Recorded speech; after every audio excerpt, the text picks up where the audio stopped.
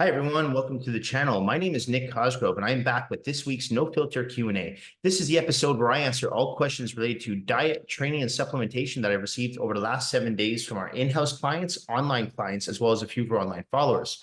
Remember, if you have any questions related to your nutritional plan, workout program, supplements you are currently taking, not taking, considering taking, please feel free to email me those questions at nick@foreverfitperformance.com, or you can DM me your questions on my Instagram at @fitcosgrove_. All right, let's get started with this week's No Filter Q&A with question number 1. Nick, how can I make the sides of my shoulders bigger? Okay, so for the sides of your shoulders, which I assume you're talking about your medial deltoids, okay? Now, your medial deltoids, for those that don't know, they're situated in this part of the shoulder, okay? If you notice my arm, you can see there's a bit of a cap here. That's actually part of your shoulder girdle, known as your medial deltoid in this case, okay? A lot of people think it's actually part of the brachialis and the bicep, but it's not, okay? The brachialis and bicep is over here. So in order to stimulate this area to the best of your ability, my recommendation is to focus on lateral movements, okay? So by lateral movements, I mean standing dumbbell lateral raises. Those work great. Seated dumbbell lateral raises, those work just as well. If you have access to cables, unilateral cable raises, those work really well, okay? If you're at a commercial gym and you have those machines that allow you to do lateral raises, those work well as well. However, I would advise you to always take free weights and cables prior to taking machines. So you can always take a machine to finish up your movement or your workout, but my recommendation is to stimulate the muscle fibers to the best of your ability using free weights and cables, okay? Because they're going to work your stabilizers. Machines don't work your stabilizers. Now, one thing I will say too, this is a tip I give all my clients, when they're doing dumbbell lateral raises, take your hands and slide them to the bottoms of the dumbbells. So when you take those dumbbells off the rack, your hand should be right at the front of those dumbbells. So when you put them down, they should be in the back. The reason I recommend that is you'll notice that when you're holding the dumbbells from the back, you'll get a greater contraction in that medial deltoid, okay?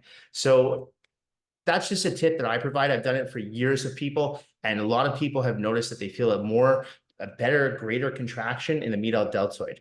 You have to remember, I've talked about this in the past, the shoulders are a very small muscle group. All you've got are your anterior deltoid, your medial deltoid, your posterior deltoid, and your trapezius in the back. Rhomboids and scapula as well. But it's a very small muscle group. So it's a very complex muscle group. In order to train it properly, you have to make sure you do a lot of isolation movements, okay? So in the case of a lateral raise, that's why I recommend doing, in addition to dumbbell raises, unilateral cable raises, right? To really make that muscle pop, okay? So a good shoulder workout, in my opinion, should consist of at least 2 exercises for the anterior deltoid, 2 exercises for the medial deltoid, 2 exercises for the posterior deltoid, and a final exercise for the trapezius, which could be upright rows or shrugs, okay? So that's my recommendation if you're training your shoulders. And remember, do not neglect your shoulders, especially the areas in the back, because the posterior deltoids are going to help the anterior and the medial deltoid together stabilize, and you won't have any muscular imbalances. So see a lot of people in the gym doing shoulder presses and lateral raises, but they tend to neglect their posterior deltoids, which are responsible for reverse fly movements. Okay, so you want to make sure you're hitting all 3 heads. That's very important. You don't want to have muscular imbalances in your shoulders, because that can lead to further problems down the road, not just with your shoulders, but your neck erectors, your lats, your lower back. So you want to make sure that you're training every single muscle group evenly and with the right amount of volume and, of course, the right amount of weight, perfect form, and technique. So my recommendation, focus on lateral raises, do 4 or 5 sets of dumbbell lateral raises in addition to some cable lateral raises, and you should notice some results within 6 to 8 weeks if you're training them with heavy weight with good form. All right. Okay. Nick, do you need to deadlift to build a bigger back? In my opinion, no. Okay. And I've talked about this in the past. In my opinion, deadlifts are the most overrated exercise. Honestly, I don't do deadlifts. I stopped doing deadlifts back in 2005, and I was able to build a great back without doing them. Right. I won competitions without ever doing a single deadlift. I focused more on hyperextensions. I focused more on just trying to contract my core properly while doing certain movements. You have to remember, when you're doing bent over movements in the gym, like a bent over barbell row or T-bar row, you are working your lower back, right? So deadlifts, the primary muscle group being worked is the lumbar region, right? Yes, it's a full body movement, but the primary muscle group being worked is the lower back. So I always thought deadlifts were a bit overrated because I saw a lot of people doing them and they would get injured. they'd constantly be injured from doing deadlifts. I'd have people say, oh, I can't squat today because, the deadlifts really hurt my back. These are training partners of mine. Or, I can't do leg press because my lower back, even doing lunges, all my hip flexors are tight. So it created all these problems. So I'm like, well, what's the point of this exercise? So I always look at an exercise, and when I assess whether an exercise is something I want to add to my artillery or I want to take out, I assess the risk to benefit ratio. And if there's more risk to benefit, I'm not going to do the exercise. So that's why I don't do deadlifts, and I don't have clients do deadlifts. So yeah, that's one of those exercises that I don't think you need to use or utilize to grow a big back. I think that's, again, bro science. It goes from back in the day where people are like, if you're not hardcore, if you don't deadlift, well, listen, I won plenty of competitions over the years. I've trained people for years who developed great physiques without incorporating deadlifts. I'm not saying don't do them, but I'm saying if you're going to do them, just be very wary, because again, it seems like every single person that I have spoken to or I've trained with in the past who've done deadlifts have had some kind of injury, whether it be in their lower back, whether it be in their hips, their hamstrings, their glutes, something. Okay, so that's why I don't do them. And that's why I don't recommend them. I mean, at the end of the day, unless you're going to be a power lifter, you really don't need to do them. Okay, I don't think deadlifts are a functional movement. A lot of trainers will disagree with me on this, but I really don't see how they're a functional movement. Okay, so it's just one of those, in my opinion, it's just one of those myths that you need to deadlift, you need to squat, you need to bench press. Listen, I think you need to squat for sure, and bench press is a great exercise, but again, weigh the risk to benefit ratio. Okay, so no, you don't need to do deadlifts to grow a big back. Focus on your pull down movements, lat pull downs, wide grip, close grip, reverse grip pull downs. Focus on your rows, T-bar rows, bent over barbell rows, seated cable rows. This is the stuff that will help build it back. If you want to strengthen your lower back, focus on hyper extensions, lots of abdominal movements, leg raises, reverse crunches, towel crunches, hanging leg raises, hanging knee raises. All that stuff will strengthen your core and will strengthen your lumbar region. Okay. So again, no, in my opinion, you do not need to deadlift to grow a bigger back. Okay. Okay, Nick, I've been working out with weights for 3 years and I haven't seen any changes with my body. Do you think it's possible for some people to just not be able to put on muscle? No, you're doing something wrong. Okay. So whether you're not training with the utmost amount of intensity, whether you're going to the gym and you're doing the same thing over and over again, whether your diet's not in check, maybe for all we know, your training frequency is off. You're in the gym 2 times a week, 1 time a week. I don't know your training routine, but you're doing something wrong. Okay. Every single person I've worked with over the past 20 years has been able to put on some type of muscle, right? Everyone's different, right? The amount of muscle you put on are going to depend on multiple factors. Like I said, your nutritional plan, you got to make sure your diet's dialed in. Your training frequency, are you training twice a week in the gym, or are you training 6 times a week in the gym, right?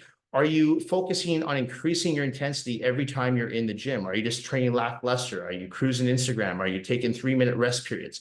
So all this adds up, okay? So I don't believe that there's people out there that just can't put on muscle. You can put on muscle. But you have to remember is you have to work with your genetics, not against your genetics. So if you're what we call a hard gainer, those are people that we usually refer to as ectomorphs, people who are very lean and have a very hard time putting on muscle. Well, simply, you have to eat more. You have to eat more protein. You have to eat more carbs. You have to eat more healthy fats. You have to lift heavier weights. Yes, it's going to be a little bit more of a challenge for you to put on that muscle, but it can be done. Okay.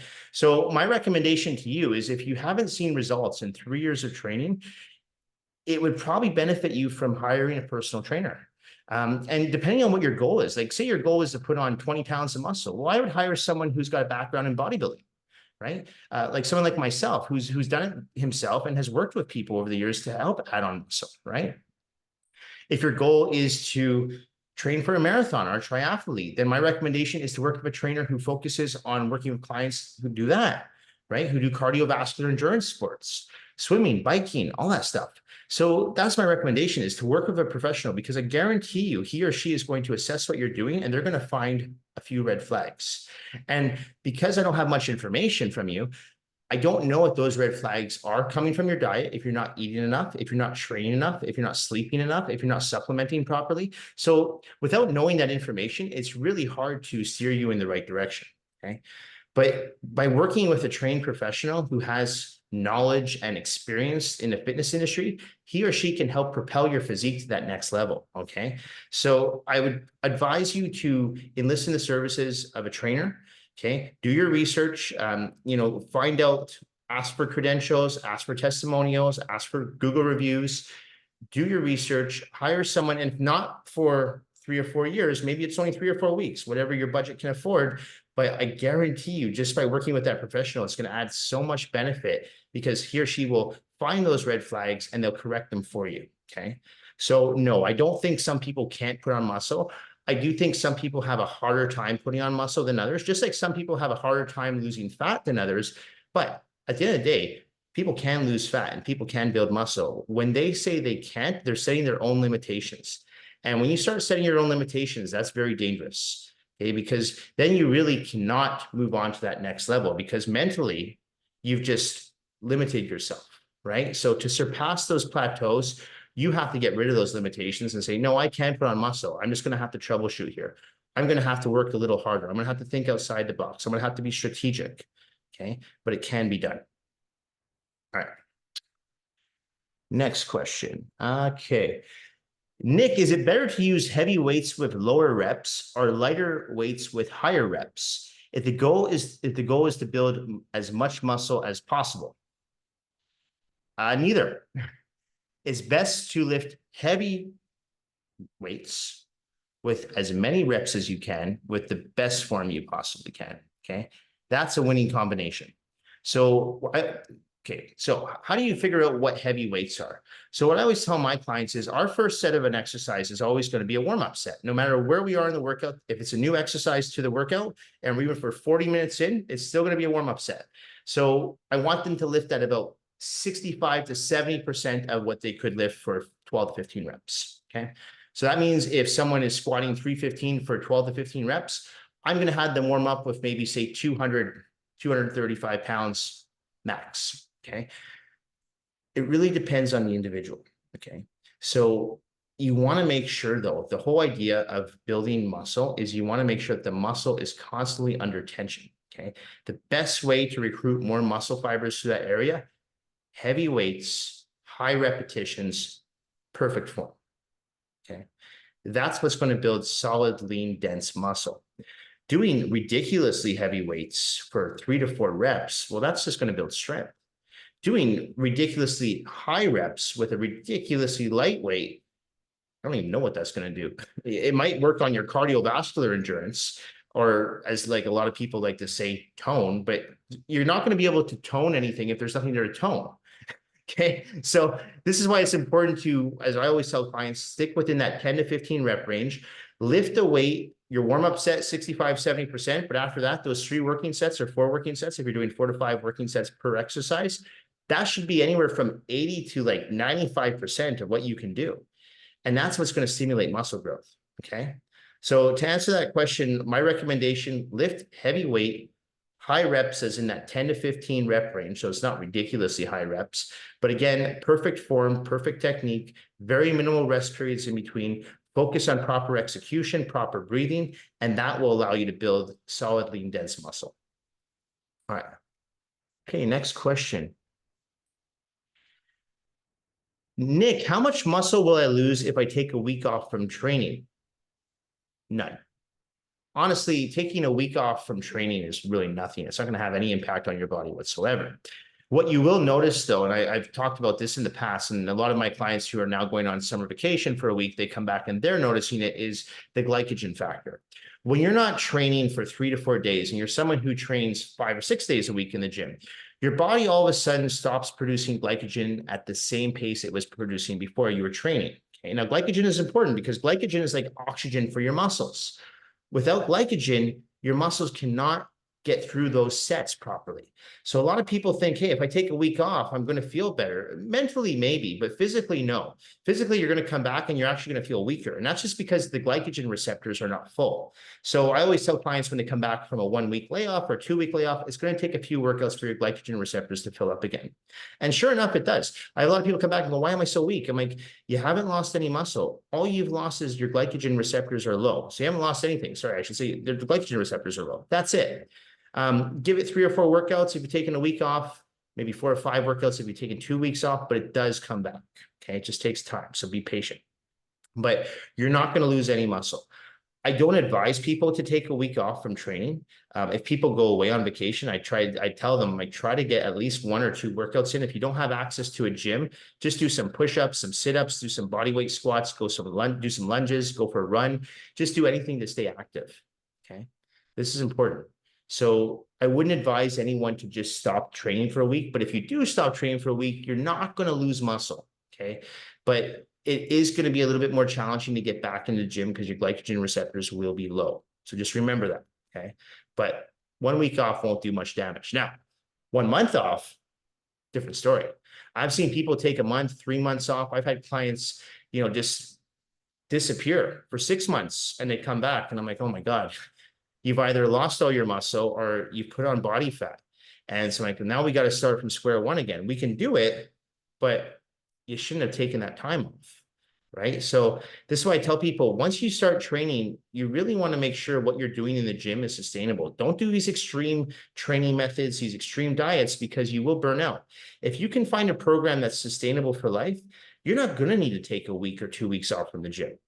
I've talked about this in the past with myself. I sometimes train for 60 days in a row, 2 months, no problem. And I feel great because I've put together a well-structured training program in addition to a solid nutritional plan. So I've got lots of energy. I sleep well. I've got tons of energy for the gym. My strength is good. And that's because I've made sure to follow a structured program, both inside the gym and inside the kitchen. Okay. That together, I feel like I can train year round, no problem. I don't need a day off. Okay, so as long as you're training intelligently, you don't need to take 1-2 weeks off. Okay? All right. Next question. Okay. Nick, what do you think about mini cut and bulk cycles? I'm thinking of bulking for 3 weeks and then cutting for 3 weeks and just continuing to repeat this all year. Honestly, I think this is a terrible idea. I think, and I don't know how old you are, but I think this is something that's new with the younger generation. Okay. I mentioned this last week on the channel. I come from that old school train of thought. Okay. If it's not broke, don't fix it. Okay. You don't need to reinvent the wheel. Okay. So these mini bulk and mini cut cycles and carb cycling, like every 3 days, you're overcomplicating shit. You don't need to overcomplicate. Building muscle and losing fat is actually fairly easy to do. It's not that complicated. The reason why personal trainers are so busy, though, is because people don't know how to necessarily do the exercises properly. They don't know how to put together a well-structured nutritional plan, thanks to learning bad eating habits in school and what we've been told from the mass media, okay? Or the main thing, a lot of people need that accountability, okay? That's why personal training is such a booming business, right? Now, when it comes to what you're talking about, these mini bulk and mini cut cycles, you're putting a lot of stress on your digestive system. What are you going to do? You're going to load up to 10,000 calories a day for 3 weeks and then drop down to 1,500 calories a day for 3 weeks. The effects that that's going to have on your digestive tract alone are going to be very extreme, okay? So I would not advise you to do this. And it's not going to make any difference on muscle building or fat loss. Of course, if you eat 10,000 calories a day, you're going to put on weight, but how much of that weight's going to be quality weight, right? And of course, if you starve yourself to 1,500, 1,200 calories a day, you're going to lose weight. But again, how much of that weight is going to be fat and how much of that weight is going to be muscle and water, okay? So this is why I tell people it's so important when you're putting together a nutritional plan is that it's a nutritional plan that is sustainable. So if you're making the decision, and I hate using the word bulk, but if you're making the decision to bulk, you want to make sure, yes, you're in somewhat of a caloric surplus. How much? Well, that will depend on your activity level, your age, your gender, your genetics. But once you figure out what your caloric surplus should be and you plug in your macronutrients, then you go with that formula until you stop putting on weight. Okay. So if you're aiming to put on, let's say, in my opinion, if you're trying to bulk or put on muscle, I always try to get my men and women to aim for that 1 to 1.5 pounds per week, not 2 or 3 pounds a week, because I know if they're putting on 2 or 3 pounds a week, especially as a natural athlete and not as an enhanced athlete, the bulk of that weight is going to be water and fat. So I want to ensure that the weight that my athlete is putting on is primarily muscle. Now, if you're in a caloric surplus, there's a good chance you will put on some excess fat. Yes. And yes, you definitely will add on some water weight. That's going to happen because carbohydrates hold water. But primarily, and I mean 80% of that weight, or that 1 pound that you put on, should be muscle. And that's from following a very clean, strict nutritional plan. Okay. So just because you're bulking or trying to gain weight doesn't mean you can eat everything. You want to make sure that you're eating clean, healthy foods. Okay. So that's something I wouldn't recommend doing. I think you're overcomplicating stuff. I think it's just important to get back to the basics. We know what works. Okay. It's been done time and time again for decades. And why not stick with the formula that actually does work and that has a solid foundation and a proven track record for results, right? I'm all for trying new things, but not these kooky things that I know are going to cause issues down the road. Okay. So cutting and bulking 3 weeks on, 3 weeks off, and carb macronutrient rotating every single day and doing fasting here and then, eating 10 times a day here, you're asking for problems. Okay. You are. So don't ask for problems. Keep things simple. Okay. Follow a solid nutritional plan, a good, intelligent training program. Make sure you're supplementing properly and you're getting enough sleep and rest and you're hydrating efficiently. That alone should get you the results that you want. All right. Nick, is the Smith machine just as good as barbell squats? I feel more secure doing Smith machine squats, especially if I don't have a spotter. Unfortunately, they're not as effective as barbell squats. Okay, now I understand a lot of people like doing Smith machine squats because they do feel more safe and more secure. And listen, if you only want to do Smith machine squats, I'm not going to tell you not to, because doing Smith machine squats as opposed to not squatting at all is better, right? But if you're trying to compare the two, there's really no comparison, because when you're doing barbell squats, you have to actually balance that weight on your back. You have to go down to the ground and can control your eccentric contractions, your concentric contractions. So you're using more than just your quadriceps. You're using your glutes and your hamstrings. With a Smith machine squat, you don't have to worry about that, right? Smith machine squat, you can just focus on your quadriceps. You don't have to worry about balancing because the machine dictates the movement. So when you're not working your stabilizers, you're not really working your other muscle groups, which in the case of a squat would be your glutes and your hamstrings. So if you can work a 3-in-1 as opposed to just a 1, why not do the 3-in-1, right? So you'll notice that when you do barbell back squats, they're hard, they're tough. Every single person I have do barbell back squats will tell you, as soon as they're out of that rack, they need a few seconds to catch their breath. It's one of the most challenging exercises that you will ever do, okay? But it's also one of the most effective exercises you will ever do. So when you compare Smith machine squats to barbell squats, there really is no comparison. As I said, Smith machine squats are better than doing nothing, but you're not going to get the same effects, or same results, I should say, in your lower body when you do them as opposed to barbell back squats. You might build great quads doing Smith machine squats, but you're not really going to build the glutes the same way. You're not going to build the hamstrings the same way. You're not going to build even your upper body the same way, because squats are an overall body exercise. Yes, they're primarily a lower body exercise, but you are using your upper body too. So this is why I try to get every single person I work with to do barbell squats at least once a week in the gym. Do their 4 to 5 sets, incorporate a few drop sets, circuits. That's the way to build a better butt, hamstrings, and quads. Okay, a few more questions. Okay. Nick, I'm trying to get leaner. Should I change up the way I train? I am currently lifting weights 5 times a week and following a bodybuilding split of hitting each muscle group once a week. You do not need to change up the way you're training if you are trying to get leaner or bigger, if you're following a bodybuilding split. Keep doing what you're doing, okay? The only thing that needs to change if you're trying to cut weight or if you're trying to gain weight is your diet. Sometimes the supplements as well, but it's usually your diet. Every show I ever competed for in the past, I kept my training program the exact same. The only time I would change up a workout is when I got feedback from the judges and said, hey, Nick, you need to bring up your back more. You need to make your back a little bigger. So, okay, so I gave more attention to my back. I talked about this in the past, how I gave my back 2 days a week, 1 pull down day and 1 row day, and it worked. But if I didn't get that feedback from the judges, I would have just kept my training program the exact same.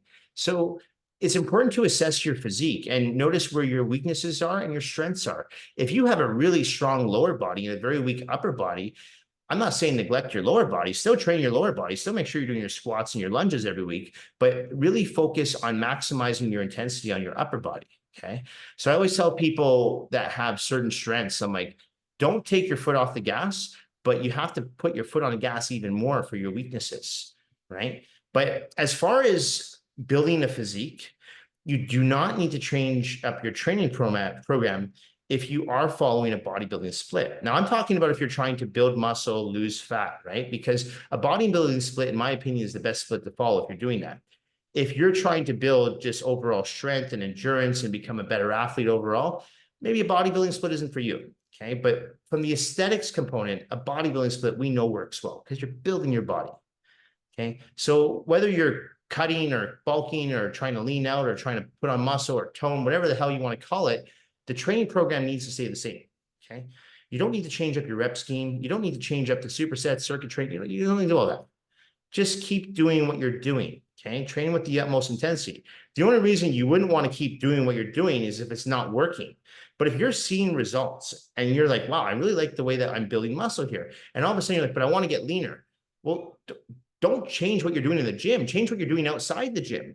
That's when you start looking at your supplements. That's when you start looking at your dietary nutritional plan, right? That's when you start looking at how much sleep you're getting, because those three factors alone will actually make the difference on whether you're going to be able to lose that weight if you're trying to get leaner or build that weight if you're trying to get bigger. But you still need to be in the gym bench pressing. You still need to be in the gym squatting. You still need to be doing curls. You still need to be doing shoulder presses. These are things that you still want to continue. Don't take them out. Keep them in, okay? So keep the training program the same. Look at your dietary nutrition. Look at your supplement protocol. That's where you need to make the changes, okay? Whether you're trying to get bigger or smaller, don't change the exercises unless the exercises are not working for you anymore. And what I mean by that is if you hit a plateau with a certain exercise, or you notice that a certain exercise is really bothering you. As I mentioned, for me, it was the deadlifts. I never felt them in a good way. I always felt pain afterwards. So it just didn't work for my body. So I took them out. Don't be afraid to try new exercises, but don't think you need to change everything all at once. Listen to your body, assess your physique, and make changes where necessary. All right. Last question. Nick, do you recommend having deloading weeks? And if so, how often do you recommend doing them? My trainer says I should take them every 3 weeks. I've never, ever been a fan of deloading weeks. I've always been under the belief, again, of listening to your body. So to take a deloading week every 3 weeks, why? Who says you need to do that? Well, yeah, your trainer says you need to do that, but I would question why. If you're feeling good, and you're feeling rested and you're feeling strong in the gym, why the hell would you decrease the volume and decrease the weight that you're lifting on week number 4 just because it's scheduled to do so? Your body doesn't work like that. Our body doesn't operate on a schedule where it says, oh, it's week 4 now, so now it's time to deload. No. If you feel like, hey, you know what? I feel good in the gym. I feel like I'm hitting new PRs, personal records. I feel like I'm actually moving faster. I'm resting less. I'm getting leaner. I'm actually putting on more muscle. Why the hell would you take your foot off the gas? Keep going. The only time I recommend people start decreasing the volume or decreasing the weight in the gym is A, if they're dealing with an injury, B, if they're feeling under the weather. You know, sometimes people come in, they're not sick, but they're feeling a little burnt out, a little bit tired, they didn't sleep well. Then I recommend taking the week down or taking the volume down or taking the weights down a little bit, okay? But again, that comes down to listening to your body. Don't just take the weights down and the volume down because your schedule tells you to do so, right? It doesn't work like that. The human body doesn't work like that. Our bodies want to be challenged, right? They need movement, right? They need intensity. If you are serious about building muscle, you need to train with intensity. Now, that doesn't mean that every workout is going to be 100% balls to wall. No, of course, there's going to be some workouts that are better than others. Yesterday, I trained chest and I noticed I was a little bit weaker. The reason I was weaker was I didn't have very good sleep the night before. I slept for about 4 hours, so my sleep was off. So I knew right away that my strength wasn't going to be there, and it wasn't there. I didn't hydrate properly the day before either. I didn't drink enough water. So those 2 factors alone, I knew before I even started my workout, my strength wasn't going to be as good. All I still did the same exercises, but I took the weight down. Now, by taking the weight down, the volume was down as well. I did fewer sets, fewer reps, and lighter weight. Still had a good workout, but I made sure that I trained intelligently, because if I tried to go for the weights that I normally lift, I could have risked injury, right? Especially I was training chest. So if I get stuck under that bar, not a good thing, right? So you have to really listen to your body. Okay. So this whole, oh, now it's time to take a deloading week because my fitness app says so, it's all bullshit. Just train.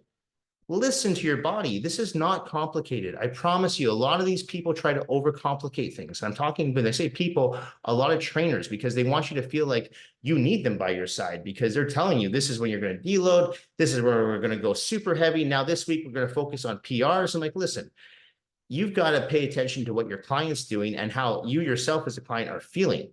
Okay. If you're supposed to be hitting a PR, many times I'll go into the gym and tell someone, okay, today I'm going to try to get a PR with you in a squat rack. That might not happen. Sometimes I have no idea what's going to happen in the gym with someone's strength. Sometimes I think, okay, this person's coming in. They told me they had a really rough weekend. They're a little hungover, yet they had the best workout of their life. I'm giving them heavier weights they've never done before. So the human body is a very, very interesting thing. And it's something that we can't always just program, right? Some days will be good. Some days will be bad. Some days you're going to have excellent sleep. You're going to sleep really well. You're going to eat really well. You're going to be fully hydrated, and you're going to have a shitty workout. I'm like, what the hell's going on? I've had those days as well. Okay. And other days I'm on like 3 hours of sleep and I haven't drank enough water and my strength is really good. Okay.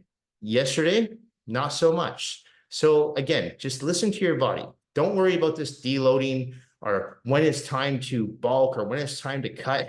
This is all noise. Okay. Focus on what you want to achieve with your physique and your health.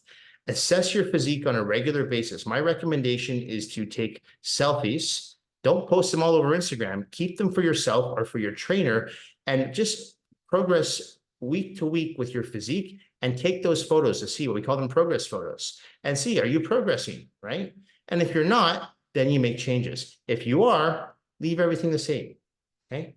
But don't just take a day off because you're programmed to take a day off or deload a week off because you're supposed to deload a week off or any of this nonsense. Don't do it, okay?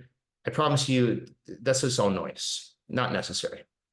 Anyway, that's it for this week's No Filter Q&A. This episode will be coming up on Monday, August the 5th. As a reminder, if you do have any questions related to your nutritional plan, workout program, supplements you are currently taking, not taking, considering taking, please feel free to email me those questions at nick@foreverfitperformance.com, or you can DM me your questions on my Instagram at @fitcosgrove_. Thank you all for watching. Thank you for supporting my YouTube channel, my online personal training business, my in-house personal training business. I truly do appreciate all the support. Thank you all once again, and I will see you all next week. Bye for now.